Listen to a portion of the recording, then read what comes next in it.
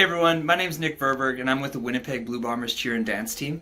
We are one of the first programs I know to get back to stunting, and as things are changing and we're getting used to our new normal in this COVID-19 world, we thought it would be great to take some time to explain to you what our low contact sport looks like.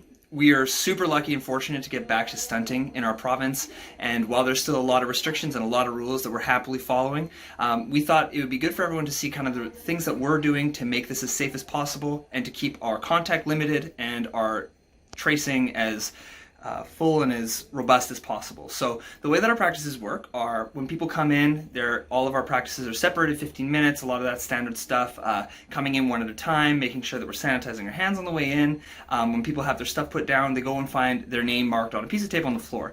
All those spots are 6 feet apart at least, and they're in their stunt group formations, but they're spread out.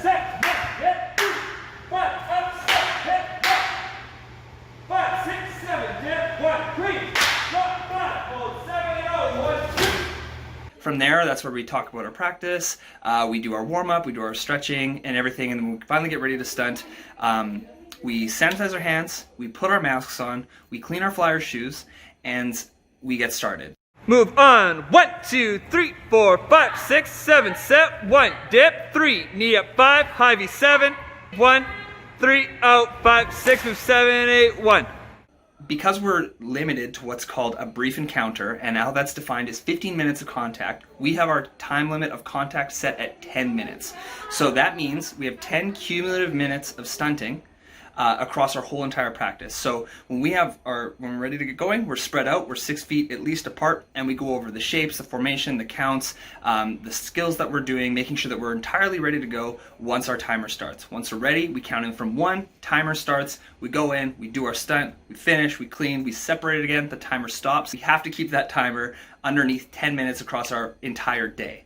Included in some other things that we do is every time someone comes in, we log who they are stunting with, and we keep that log for 21 days. So that means in the unfortunate situation where there is contact with someone that's sick, we know exactly who they were in contact with, and that is completely limited. There's no mixing of stunt groups, so once a stunt group is set, we do not switch people back and forth, so we keep the contact to just 4 people a day.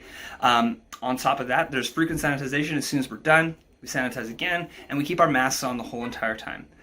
We know that we're super, super lucky to be allowed to do this in the world that we're in right now, and we know that the only way that we're going to continue to be able to stunt is by following these rules and making sure we're doing everything we can to keep it as safe as possible, as traceable as possible, and minimizing that contact wherever we can. We're super happy to get back, and we're doing everything we can to keep our athletes and our community safe, and hope this video helps and people understand what we're doing in our current world.